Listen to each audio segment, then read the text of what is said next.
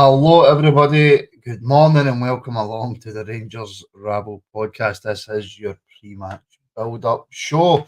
Ross County versus Rangers.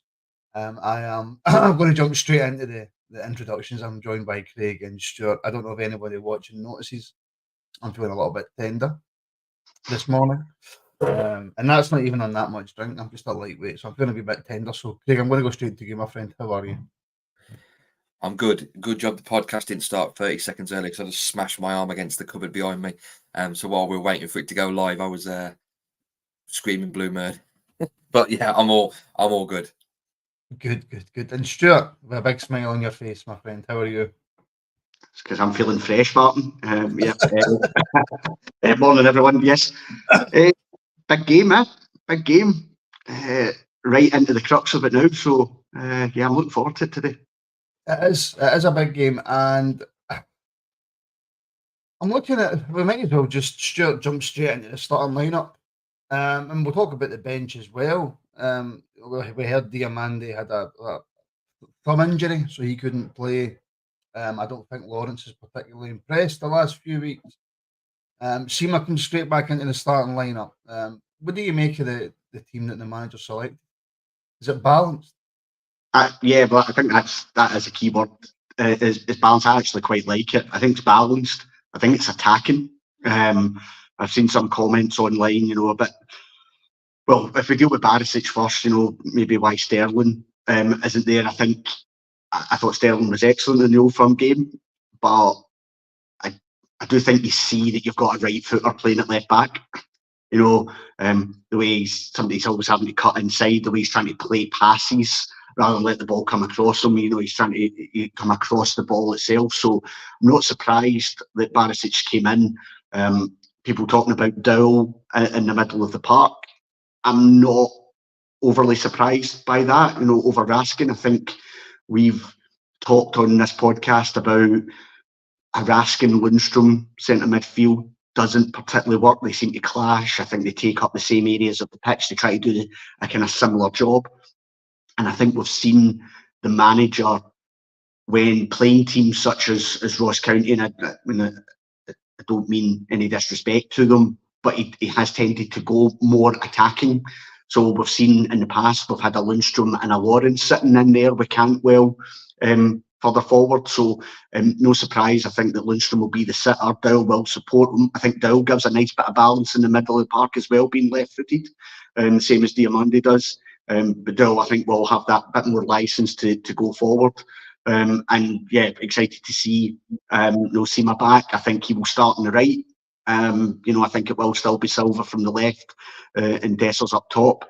I know Sima was predominantly playing on the left, but I think he can absolutely do the job on the right-hand side. And I think we've seen that in the Celtic game as well, the problems he can cause. I think the interesting thing will be, really like the way that he can stretch a game, and when he gets somebody one-on-one, his ability to power past them on the outside. Ross County are probably going to sit quite deep. So it's how we then, does he get as much opportunity to do that? But I think the impact he made last Sunday, no surprise that he's in from the start. So overall, I like the team. I like that it's attacking, and as you mentioned, I think we've got a fairly strong bench to call upon if we need to do that. Excuse me, Craig. Stuart mentioned Kieran Dowell there, and I'm looking at the bench, and I'm seeing one name on the bench in particular, and Nico Raskin, however it's pronounced. Does this say a lot now? Because let's face it, Dowell's barely touched the starting. Dowell's barely been in the team, I should say, this year. He's back from injury, gets brought on against Celtic, does okay against Celtic. Probably does his chances of getting back in the team no harm in that game, to be fair to him. But gets a start today. Raskin's been in the bench for a while now, bar 1 or 2 weeks where he's not been selected, and he's nowhere near that team. Yeah, it's a strange one. And there's been a lot. And by the way, I apologise. I will try and speak English as we go on. Yeah, I've seen a lot of talk over the last couple of days about Raskin online from various reputable and probably unreputable sources. It is a strange one. I do feel for him a little bit, because I think someone said, like, he started when Clement came in, he was injured, so he hasn't really been up to speed and hasn't really got up to speed at all with Clement. I think the fact that Dowell's come in today, probably doing the same job that Diamande does, offers that balance of a left footer. Stuart's probably right that I think the manager's probably seen that if he plays Lundstram, he doesn't tend to play Raskin because they do tend to take up similar sort of space. They're similar players in the way they play. I think the last few weeks of the season will be a big key for Raskin. Whether I mean I really like him and I think that he can really be a key player for us next season maybe, but I think he's just been playing catch up for so long that now as we get into the end of the season, players that are coming in and hitting the ground running like a Dowell, that I thought he was brilliant last week when he came on. He seemed to sort of do what Diamande should have been doing in the game. I think he's probably coming in, but I mean there's still quite a few games to be played, so I'm sure that Raskin will get an opportunity between now and the end of the season. Well, channel member Stuart Stephen Gillespie, looking into the Raskin thing, boys just know at it in training when they take a wee injury or just giving the boss. I mean, that isn't even written in English, Stephen. I mean, come on now. Just the boss giving him a chance. He will be back. Do you take that point as much as you can deconstruct the way that Stephen's wrote that there, Stuart? Do you take that point that it's just going to take Raskin to get a wee chance and he'll get a run in the team? Or I just find it strange, Stuart, that he's been in and around that squad and he's been on the bench. Dill's been nowhere near it, and all of a sudden Dill's starting. Again, no, I think I go back to what I said earlier. I think if Lundstram is fit, Lundstram starts. And I think the manager is just very wary of playing Raskin and Lundstram in the same team together because that's all. I think it plays an element of it. I mean, I think Steve's probably right as well. You know, has he been doing enough in training to force his way in? I think the manager kind of touched on that in some of his comments. You know, that he still rates him as a player, but at the moment there are players ahead of him. I think for games such as this, I think the manager does want to be slightly more attacking in that in the middle of the park. We cried out for how long when we had two holding midfielders in games such as this and saying, do we really need to have two holding midfielders? That, I think Raskin is a 6, Lundstram is a 6. So I think that we've seen that they end up doing the same job. I think they occupy the same space. I don't think Raskin is quite as good at that job at the moment.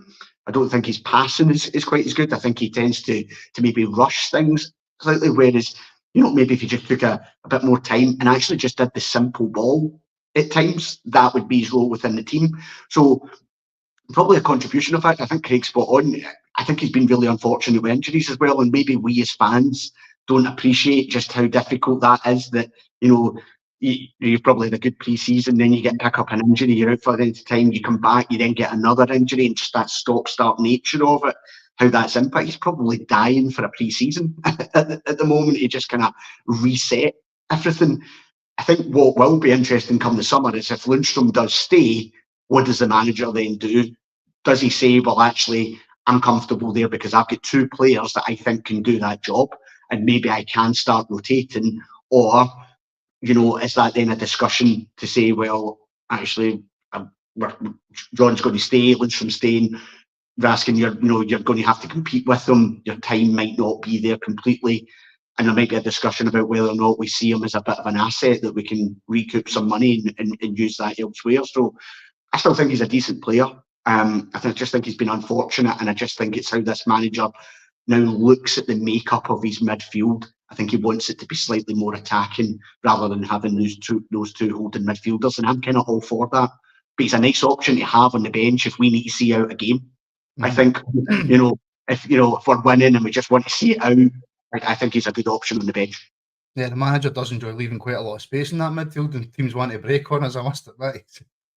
Well, and I get that from the point of view. If you want to go be a more attacking-minded team, then you're going to leave space. Of course, you are. It's a risk reward, isn't it? It is a risk reward, and I totally agree with you, Mark. And I think in transition, that is where we have looked slightly weak over recent weeks. So something that absolutely we need to be careful of. but we should have more than enough to deal with that against a Ross County team. Oh, of course we should. Craig, Glasgow Rangers Nation. Serious question: how bad does Goldson need to get dropped? There's been a lot of chat. We released a video yesterday of a clip from Friday night's show, Craig, talking about Connor Goldson. Should Rangers look to sell or keep? What's the script with Connor Goldson going forward? There was a lot of people during the week talking about maybe Balogun coming back, being brought back in for this game, either dropping Suter or Goldson, and possibly if you drop Goldson for Balogun and you play Balogun in the left, you bring Suter over to the right, you try him there. Are you surprised that the managers, apart from obviously Barisic, which we'll touch on, are you surprised the manager stuck with that central defensive partnership? Not really. I do think that Goldson has been very poor. I don't dispute that. I keep making a comment that I've seen a definite drop off since he's decided to try and be a defensive version of Jack Grealish and have his socks around his ankles. I think he needs to figuratively and literally pull his socks up a little bit in the team. I'm not surprised that he's playing though, because this is where the manager earns his bucks. He can make a choice to drop him to the bench and bring Balogun in and maybe make an example of him, or does he put a shoulder around Goldson and say, I want you still playing, you're my best defender, you're going to play, but I want to see more from you. And the only way to see more from Goldson is to put him on the pitch. You're not going to see more from Goldson by having him sit on the subs bench, even if it would bring Balogun in. Personally, I think Balogun will probably play on Wednesday against Dundee. Should that game actually go ahead for the third time, so I would think he'll come in on Wednesday, whether that's for Goldson or Suter. I'm of the opinion it'll probably be for Suter and give Suter a bit of a rest before the semi-final. But yeah, I think it's one of those where the manager is damned if he does, damned if he doesn't. If he puts Goldson on the bench, there's people saying, why have you not got your best defender on? And if he keeps sticking with Goldson, people are saying, well, he's rubbish, why is he playing? I personally think it's the right decision to play him and get him to play through this period. I'm old-fashioned, Stuart, right? I'm one of these. I'm not a big fan of like massive rotation, although I get that the current game, as we see it, with the amount of games that teams need to play, especially if you're a successful team and you do well in Europe and you do your best to keep the coefficient going with all the other teams around about you doing absolutely nothing to help that, right? So you're spending more time in Europe. You're playing more games than the vast majority of teams in your league. I get the rotation, but I'm old-fashioned in terms of if you've got a settled defence that works, that has conceded the least goals in the league this season, you stick with that defence. Yes, I agree with you. And I think if we just take it back to basics, I think if Goldson is fit, he plays. You know, and Clermont's not the only manager that's now been in this situation. Every manager is picks Connor Goldson. So Connor Goldson must show more. You know, we've talked about, well, is Dowell showing more than Raskin in training and stuff like that? Well, is Connor Goldson performing better than Balogun in training? I mean, if I can't see Connor, unless it's an injury, I don't see Connor Goldson being dropped between now and the end of the season. I've got my own view in terms of what we do with Goldson come the summer, you know, and maybe it is time to say thanks for your service and move on, and that defence needs a bit of a revamp. I think it's been crying out for that for a bit of time. But yeah, look, it appears now, in fact, it doesn't appear, it is the case that Goldson and Suter is the manager's preferred partnership. He was very poor last Sunday, no doubt about it, but I think it says a lot of what the manager thinks of him and what he thinks he can bring to the team, that he's playing today. So I wasn't surprised in the slightest to see him start, and I don't think we should be surprised that he's in the starting lineup Wednesday and then next Sunday and then every game between now and the end of the season. Well, William's asking you there, Stuart, can you leave somebody who's on nearly 40k a week on the bench? Does his wages come into it with Clermont? I understand what William's saying. I get that point, but I don't. I think the manager won't consider what Connor Goldson is earning per week. I think it is generally what he feels he brings to the team, the leadership qualities. Maybe it's the talking that he does on the pitch. all those sort of things. It's abundantly clear that is his favoured partnership, and as you say, it is a partnership that by and large has played well together. I think hopefully we see it tightening a wee bit between now and the end of the season. We're going to need them to do that. But yeah, as I say, I'm not surprised in the slightest that Connor Goldson starts today. Not surprised in the slightest, Craig, that Goldson's starting. Are we surprised, though, that Borna Barisic is starting, Craig? Depending on what social media you're on, or what comments of others you read, or comments of other people's shows that you read, the vast majority, from what I can see, and I'm pretty sure Stuart will tell me I'm wrong, because Stuart normally tells me that I'm wrong, but Craig, the vast majority of comments I see are people who are saying that they have had it with Borna, that they're finished with Borna, they don't want to see him back in a Rangers jersey playing in this Rangers team. He's employed by Rangers, he's getting paid by Rangers, so why shouldn't he get played by Rangers? And by the way, I'm using that as a complete devil's advocate because I'm one of those people who said that. So. No, I'm completely the same. My line in the sand with Barisic was drawn a very long time ago. If it wasn't for the fact that he's left-footed and he does offer that balance in the defence, and probably gives Silva and Sima and Matondo a bit more backup behind, whereas Yilmaz seems to go past them. I don't think he'd be playing. I was very surprised when I read down the team. I didn't go straight to the subs bench. I read down the team, saw Barisic was in. I was like, okay, he's in. That means Sterling must be a bit further forward, and saw Sterling on the bench. I'm very surprised if Sterling's not playing wide right or in the middle of midfield, then for me he plays left back, whether he's right-footed or left-footed or not. He offers a lot more stability and athleticism than Barisic does at this point. Myself and Stuart were talking very briefly before we came on, and I'm just on countdown until the end of May, where we can sort of bid Borna a fond farewell, and sort of look to the future with Ridvan and AN over at left back. Forget that it's Ross County. Today's a massive game. The last 7 or 8 games of the season are going to be massive games, and I just hope that it doesn't come back to bite us, that managers put the faith in Barisic. When last week when Sterling came in, you sort of thought, well, the manager's making a point that he doesn't trust Barisic, and I don't.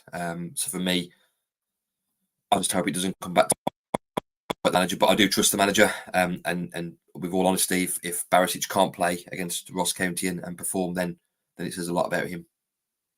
Oh, can I just also say, by the way, a big massive congratulations to Wrexham for getting promoted.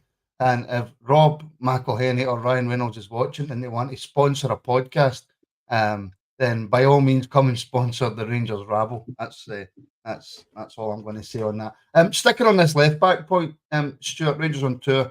Sterling played left back at Ibrox to nullify Kuhn, which he done very well. Against County, Borna will have more freedom down the left. Ridvan is the number one choice. But I think that Sterling would have been played at left back today. But he has had a few niggles. You have seen him with an ice pack on. He's been taken off. He's been left out before for injury concerns. I think the manager's picking and choosing. I mean, it's a bad situation when your 3 players you've got at left back are struggling with niggling injuries, right?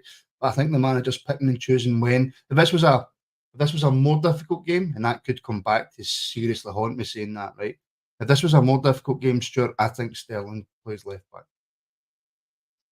Potentially, yeah, but I think the comment was spot on. I think, again, similar to what we talked about, the makeup of the midfield, what the manager's wanting, I think you've got a situation here where we should have the majority of the ball, and the manager, as Craig mentioned, is wanting balance. He's wanting that left foot. I mean, Sterling was excellent last weekend, really, really good.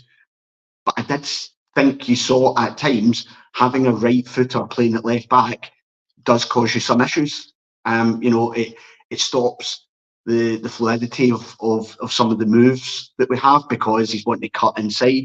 Barisic will offer you that. So again, I wasn't surprised to see Barisic in the team today, not at all. I think we should be playing a left-footed left back in games like this because it offers you that balance. I don't see why we shouldn't have that. And yeah, I think I think it's about just the setup of the team and the makeup of the team is why players are playing today. And it could just be as simple as the fact that he's left-footed, and the manager just feels that, having Sterling out there when you've got the majority of the ball, we're going to need to move the ball quickly today. And if Sterling's having to cut inside, and making sure he's having to try and play passes with his right foot all the time, it just might stop that speed of the pass. So does Barisic help speed up the play? I think he can speed up the play in general. Well, look at the opening from the kickoff last Sunday, Martin. The ball get played to Sterling, and Sterling's trying to play a ball up the line with his right foot, and actually makes a mess of it. That doesn't happen. If that was a Barisic, that's coming on his left side, and the ball's getting played up the line. So, and like I say, Sterling was excellent last week, but I think he was in to do a very specific job in terms of nullifying one of their threats, and he did that, by the way. So spot on with the comment. I just think it's just a balance thing. I think the manager just wants us to be able to have players that the team is set up in such a way that players are playing in a natural position, that then, that when the ball's coming to them, they can hopefully move it on. We should dominate the ball today. And I think we need, now if Barisic isn't doing that job, then, there's certain things that we might be able to do within the game to change that. But again, I'm not really surprised at this. As you say, he's in the squad. We need to utilise him between now and the end of the season, or until Yilmaz is back. And hopefully whether that's we risk him midweek, I'm not sure, but certainly next Sunday you would hope that Yilmaz is back for that, and then Yilmaz plays every game between now and the end of the season. That should be what's happening. So Borna, get us through the next 2 games if you can, and then everything's winning in the world. Can I just ask everybody in the comments to please play nice and get on? That's all we want. Just everybody play nice, get on. We're all Rangers supporters. Well, most of us, I would imagine there's a few Celtic supporters kicking about in the chat somewhere, but get on, please, in the comments. By the way, unless your left back's Dennis Irwin, then that's fine. And boy, I wish we had Dennis Irwin playing at left back for us today, but that's not the case. So, like I say, get it this week, Borna, please. Can I just say, Dennis Irwin for me is one of the most underrated fullbacks in world football. He didn't look like a footballer, Dennis Irwin. He looked like he looked like some. But oh my God, what a player Dennis Irwin was. Right, let's hear a wee bit from John Lundstram, who spoke to Rangers TV before the match today. So let's hear if I can get it ready. It's ready. Let's hear what John Lundstram had to say. John, what sort of challenge are you expecting from Ross County today? Yeah, it's tough fun. All the away games in the league are tough games, and everyone's up for it when they play us. So now it's going to be a tough test for us, but it's one we've got to overcome. It's coming thick and fast now, the finish line. So now looking to get over the line. How's your preparation been this week? Obviously, the disappointment of the game getting cancelled, but how's that impacted yourself? No, not at all. No impact at all, really. It just happens, isn't it? You've got to take it in your stride, and up and down the country has been eventful. But no, listen, it just hasn't impacted us at all. We just crack on with our stuff. Yeah, 4 changes to the Rangers team today, and Kieran Dowell and Todd Cantwell come into the midfield. How does that impact perhaps the way you play today? Quite dissimilar. The manager likes me to be the one who sits a little bit deeper, and whoever's playing with me usually is the one who gets a little bit forward more. So not much difference. Kieran's an attacking player anyway, so that probably balance will be fine. But changes, freshen it up a little bit and see what we can do. What does that say about the squad just now? The fact the manager has got good options just now. The squad's in a good place. Yeah, and the injury scene's getting better and better all the time. So still obviously a couple of big players out for us in the long-term injuries, but throughout the season we've managed to get a few players back, and it's good that we've got a squad there where we can rotate and quality, and the quality doesn't drop. So no, all good. Yeah, one player back in the attacking areas today is Dowell. Sima. Great to see him back in the starting 11. Yeah, he was massive for us at the start of the season, so seeing him back is going to be a huge boost for us going forward. So we can get him fired again like he was, then it's going to stand us in good stead. I hate it when Stuart's right. Honestly, it does man nothing, because he's got that wee grin on his face where he goes, yep, I'm right, and I told you I was right. He's talking there also about Stuart. About he likes the manager likes him to be the one who sits and the player in next to him. Then is it more of an attacking midfielder? Hence why obviously Raskin probably didn't come in. You were right, and that's why Dowell came in. But he did mention the interviewer. I think it was Nick. Was it Nick Thompson? I can't remember who does the interviews for RTV. Was talking about the preparations. Obviously, we had the postponed game during the week, which I think everybody in their granny and seen coming. So maybe Rangers had something in place. But will that have any influence, effect on the game today for the players?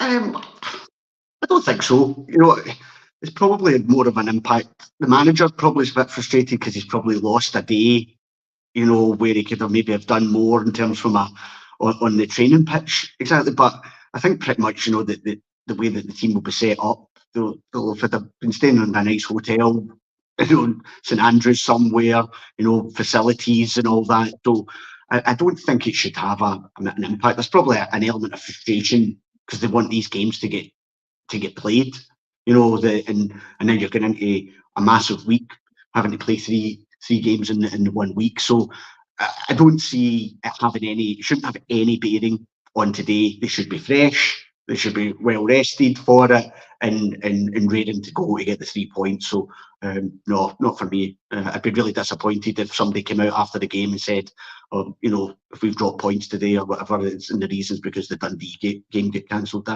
It should have no impact on it at all. I don't know why we can't start using excuses and conspiracy theories if we drop points. Why can't we start doing that? Because it would make my life so much easier. Because we're normal people, is that? No, but how much easier would it be, Stuart, if we could come out after a loss or a draw and just go, it wasn't our fault? But we're normal people and we don't do that.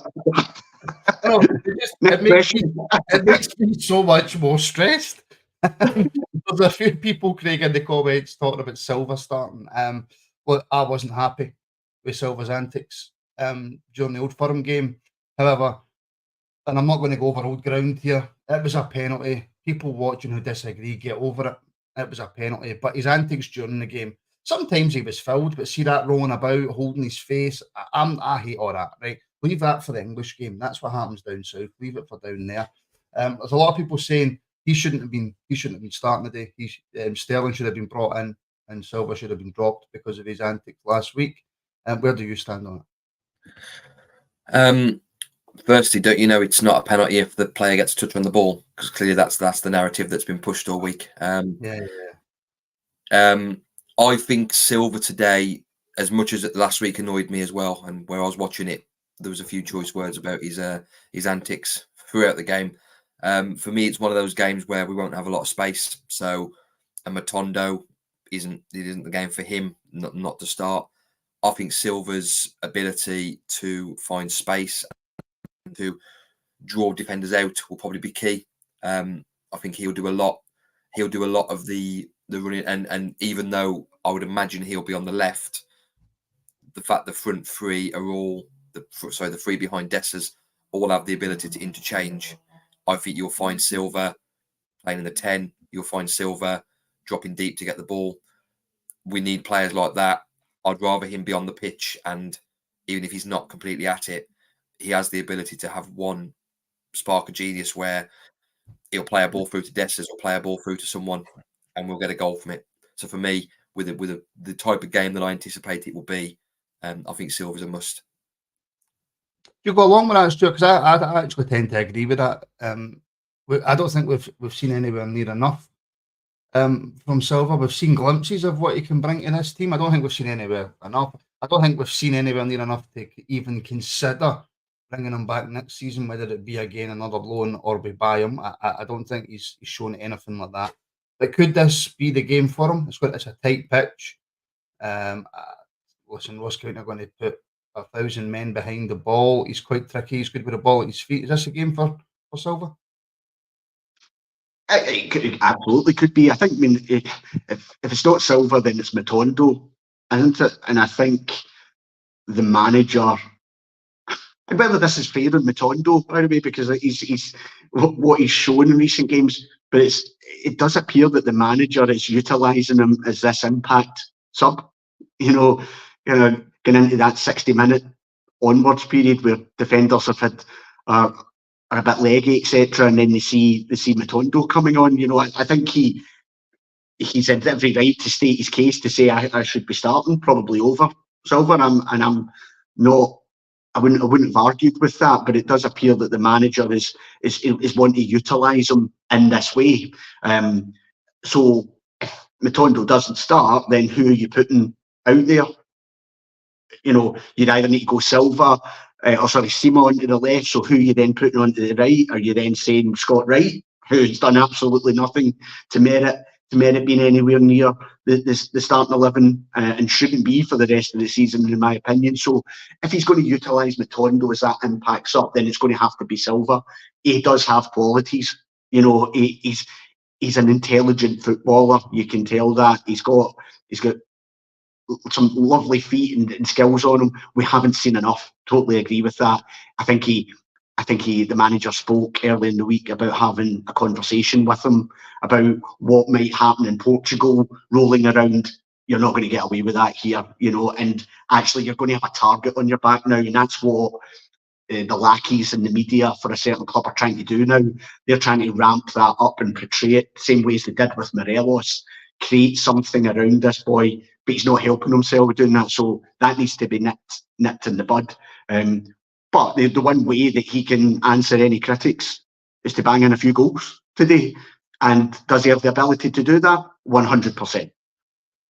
And is that something that we have to do today, Craig, is bang in the goals? Because Celtic won 3-0 again yesterday.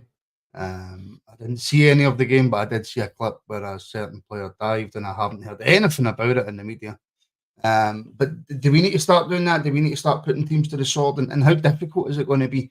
Because Dingwall's not the easiest place to go. It's a horrible, tight, wee pitch. And like I say, they will put 100 men behind the ball. Yeah, we need to keep up with. Ideally, we need to keep up or get past their goal difference. For me, I think the key will be how early we can score. If we can score first 5-10 minutes, it completely changes the outlook of the game. Although Ross County won't change their game plan as much because they'll just hope for one opportunity.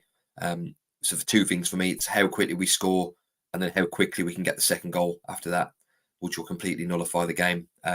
Ideally, I'd like to see us score in the first 5-10 minutes, and then it sort of takes a bit of that pressure off. But I'm hoping for at least matching what they did yesterday. Just a quick jump. I think the last time we were up there, we went into a 2-0 lead fairly early on, and then the game just kind of almost seemed to peter out. I'm not sure the manager will be accepting of that. You know, I think he will be looking. We can't afford that, Stuart, can we? We can't afford No, I think he will be looking to try and keep the pressure on. Now, that's not to say that if you, in an ideal world, say you get 3 or 4 up or whatever like that maybe the gas can come off and he might utilise that bench a wee bit, given the fact that you've got a game Wednesday and then a massive game on Sunday, the cup semi-final. But, you know, we were, that last game, I seem to remember Tav put an absolute peach in, you know, and it was pretty plain sailing, but the game just kind of petered out to nothing. I think he will be asking for more, that if that was the same set of circumstances, let's get more goals, because, you know, you don't know what's going to happen here. We have seen it before. It could come down to goal difference. So you don't want to be looking back and thinking, oh, do you remember when we eased off against Ross County when they were there for the taking? Yeah. So there needs to be an element of keeping, you know, the pace in the game, and keep creating opportunities and getting the goals. I do think today will be tough, but I think this is where we see what this Rangers team's made of.